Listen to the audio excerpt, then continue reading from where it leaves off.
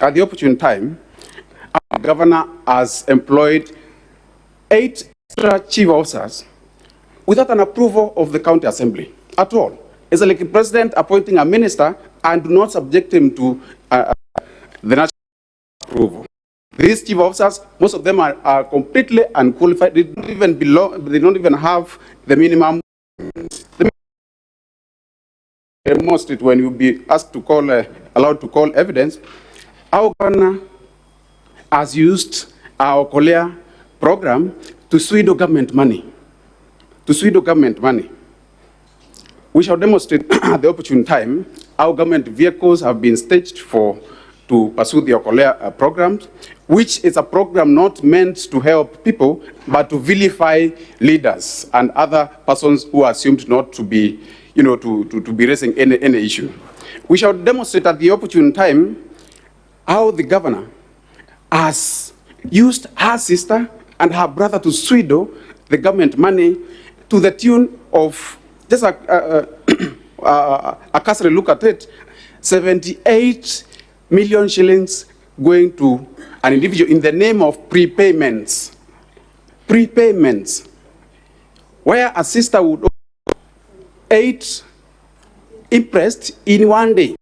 When you look at ground 1, in particular, sorry, count 1, my apologies, count 1, ground C, you would say a claim that the governor paid full salary and benefits to Dr. Ntoiti, Paul Mwaki, Kenneth Kimathi Mbae, and Joseph Kature Mbae.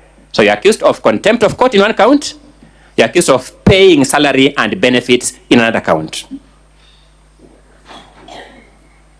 First, the Senate will reflect on the question whether the function of employment of these employees and their remuneration is a function of the governor within the county government structure. But for now, let me just inform you that the act of paying these 5 people is actually in compliance with that very order. So you comply with the relevant county government official delays to comply with the order to pay, he's accused of contempt of court. He complies by paying, he's accused of making the same payment to the same people. Good people in good conscience, that is the case in respect of which the governor has been most dramatically described by the assembly side's representation. The next category of claims will be claims focusing on the person of the deputy governor. Focusing on the person of the deputy governor. I will address some of these claims briefly in the interest of time in my next limb.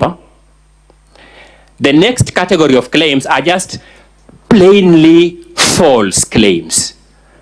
One of the hardest part of my preparation for this case is how you prepare to respond to a lie, apart from saying, but it is a lie.